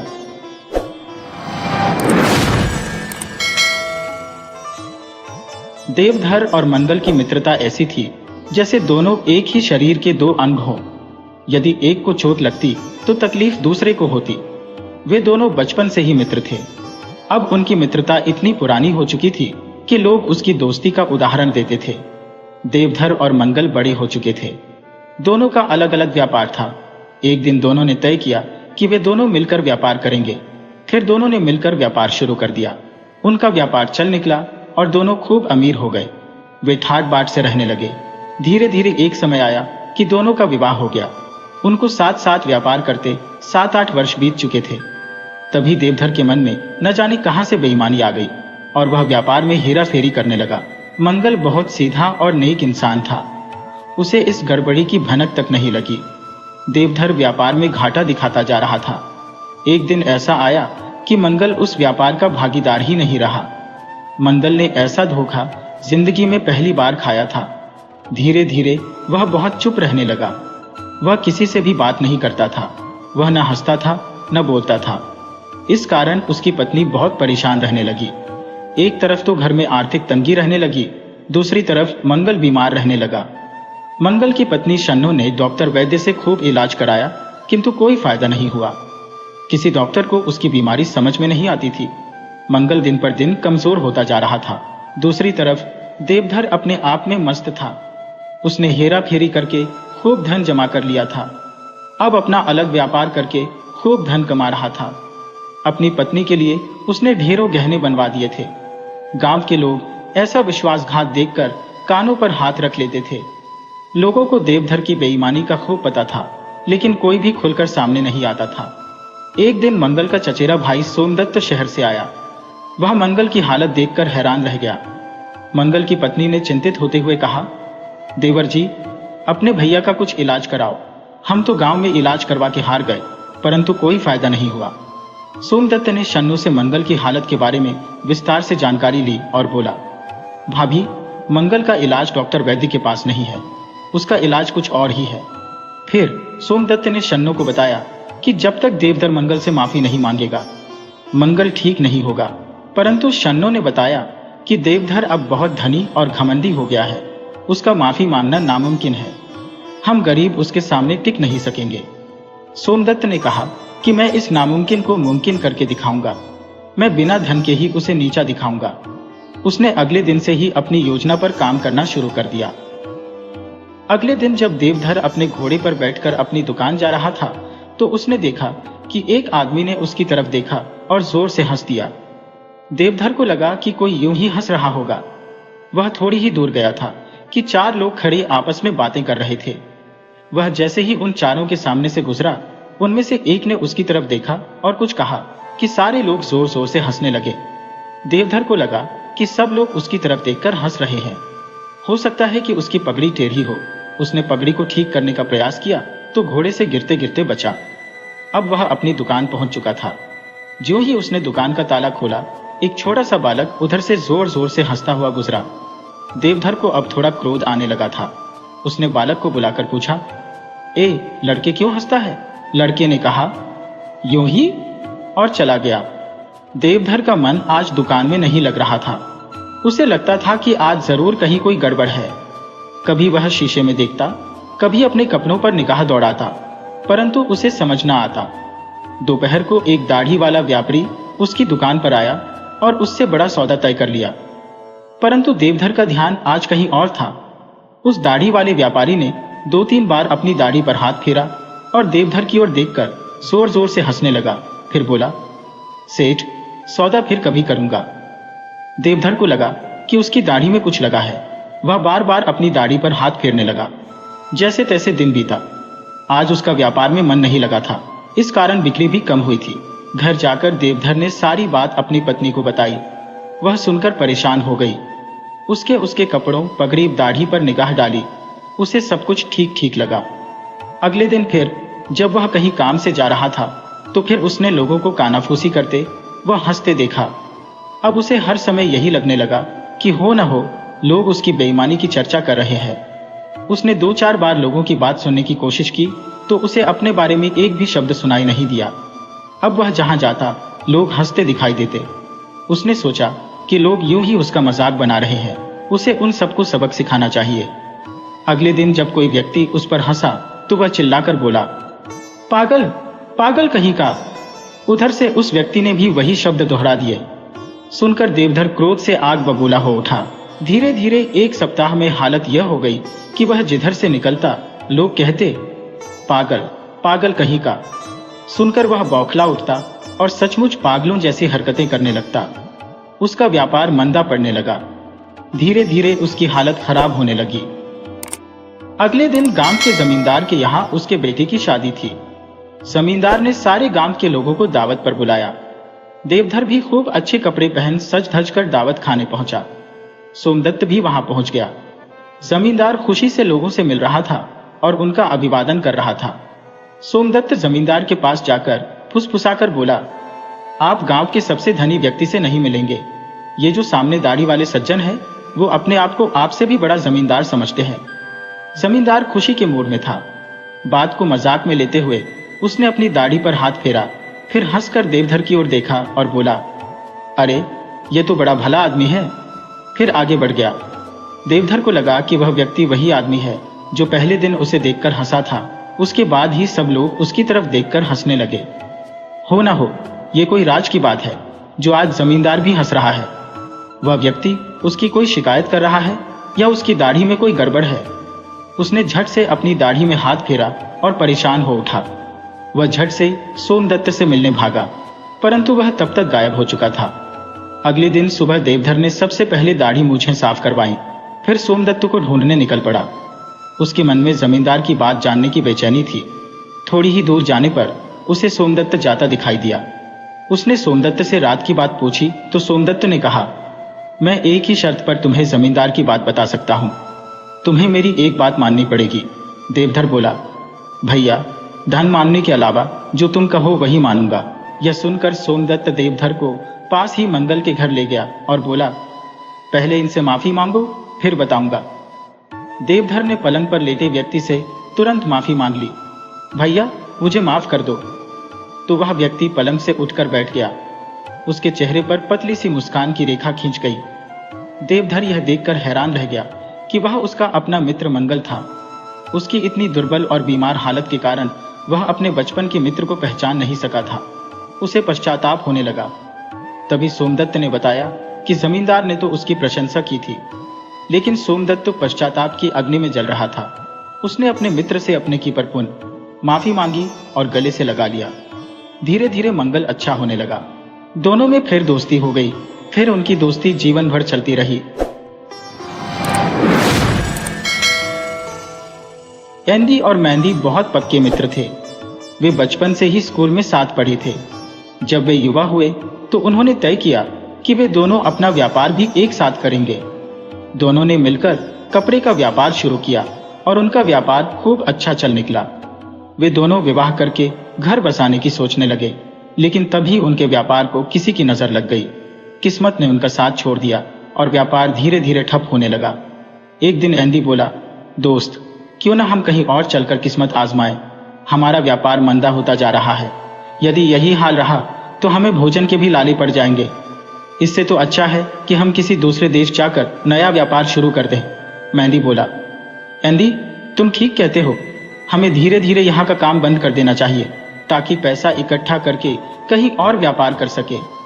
2 महीने के भीतर दोनों मित्रों ने मिलकर अपना व्यापार बंद कर दिया।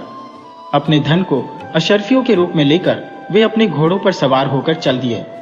2 दिन में वे दूसरे देश पहुंच गए। दोनों ने वहां जाकर एक सराय में अपना सामान रख दिया। रात्रि में मेहंदी बोला, एंडी मैं 1000 अशर्फी और घोड़ा लेकर जाता हूं और देखता हूं कि व्यापार का कोई इंतजाम हो जाए। तब तक तुम यही मेरा इंतजार करो। एंडी बोला, मित्र जरा संभल कर जाना, न जाने यहाँ के लोग कैसे हों। मेहंदी को व्यापार का अच्छा तजुर्बा था। वह बोला, फिक्र न करो मित्र। अच्छा मैं चलता हूं, शाम तक लौट आऊंगा। थोड़ी ही दूर जाने पर एक व्यक्ति ने पूछा, क्यों भैया क्या घोड़ा बेचने जा रहे हो? मेहंदी बोला, कोई खास इरादा तो नहीं है, पर कोई अच्छा खरीदार मिल जाए तो बेच भी सकता हूं। वह व्यक्ति बोला, मैं तुम्हारा घोड़ा खरीदने को तैयार हूं। बताओ तुम्हारे घोड़े की कीमत क्या है? मेहंदी ने सोचा, मुझे घोड़ा बेचना तो है नहीं, पर यदि इसकी अच्छी कीमत मिल जाए तो बेचने में कोई हर्ज भी नहीं है। वैसे भी यह घोड़ा बूढ़ा हो गया है, इसके दाम ठीक मिल गए तो इसके बदले दूसरा अच्छा घोड़ा खरीद लूंगा। मेहंदी बोला, मेरे घोड़े की कीमत तो 500 अशर्फी है। वह व्यक्ति बोला, मैं यहीं का दुकानदार हूं, तुम कोई अजनबी जान पड़ते हो? यहाँ तो घोड़ा 100 अशर्फी में मिल जाता है। मेहंदी बोला, लेना हो तो लो, इसकी कीमत कम नहीं होगी। क्या नाम है तुम्हारा? वह व्यक्ति बोला, मेरा नाम रशैल है। मुझे तुम्हारा घोड़ा पसंद है। यह लो 500 अशर्फी, अब घोड़ा मेरा हुआ। मेहंदी ने खुश होकर 500 अशर्फी ले ली और घोड़े से उतरकर घोड़े की जीन खोलने लगा ताकि अपनी अशर्फियां निकाल सके। लेकिन रशैल मेहंदी से बोला, अब यह घोड़ा मेरा हुआ तो इस पर से तुम कुछ नहीं ले सकते। हम यहाँ के व्यापारी हैं और जुबान के बड़े पक्के होते हैं। सौदा तय करते समय यह कतई तय नहीं हुआ था कि तुम इसकी जीन या कोई सामान उतार लोगे, अतः तुम घोड़े को हाथ भी नहीं लगा सकते। मेहंदी बहुत परेशान था कि अब क्या करे। इतने में रशैल घोड़े पर बैठकर उसे तेज दौड़ाता हुआ शहर की तरफ चला गया। मेहंदी बहुत दुखी होता हुआ सराय लौट आया और अपने मित्र एंदी को सारी बात विस्तार से बताई। एंदी को रशैल की चालाकी पर बहुत क्रोध आया और उसने मन ही मन उससे बदला लेने का निश्चय किया।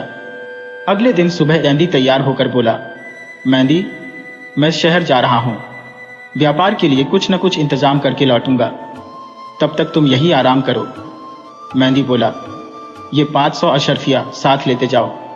एंदी ने हंसते हुए जवाब दिया कि उसके लिए 25 अशर्फियां ही काफी हैं। फिर वह 25 अशर्फियां लेकर चल दिया। शहर में जाकर उसने रशैल की दुकान के बारे में पता किया तो पता लगा कि रशैल कसाई है और मीट बेचने का धंधा करता है।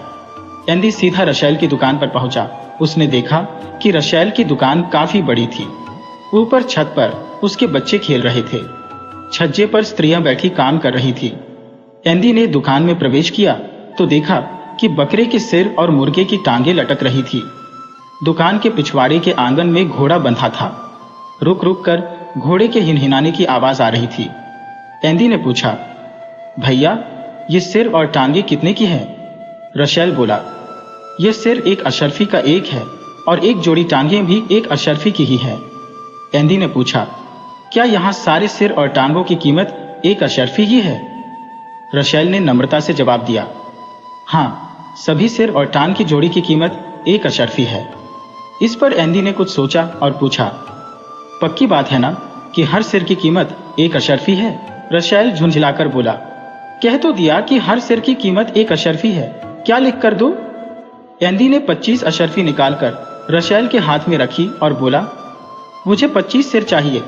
रशैल बोला, पर मेरे पास तो सिर्फ 5 तो सिर ही है, बाकी कल ले लेना। एंदी ने सख्ती दिखाते हुए कहा, कोई नए व्यापारी हो क्या? हम व्यापारी जुबान के बड़े पक्के होते हैं, सौदा हो गया तो हो गया। दुकान के ऊपर भी बहुत सारे सिर हैं, मुझे अभी 25 सिर चाहिए। रशैल गिड़गिड़ाने लगा और खुशामद करने लगा। वह बोला, भैया, मैंने तो बकरे के सिर की कीमत बताई थी, तुम्हें दावत के लिए ज्यादा मीट चाहिए तो टांगे ले लो। एंदी बोला, नहीं, मुझे तो सिर ही चाहिए, वह भी बिल्कुल अभी। रशैल समझ गया कि यह कल वाली घटना जानता है। तुरंत खुशामद करने लगा कि मेरे बीवी बच्चों को छोड़ दो। वह बोला, भैया, आप मेहंदी के ही कोई परिचित जान पड़ते हो?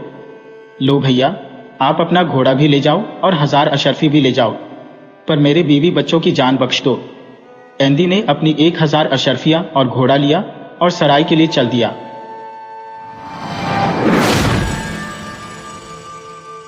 वीडियो अच्छी लगी हो तो इसे लाइक करें और ऐसी ही मज़ेदार कहानियों के लिए चैनल को सब्सक्राइब करें और बेल आइकन दबाएं। ज़्यादा से ज़्यादा अपने दोस्तों को शेयर करें। धन्यवाद।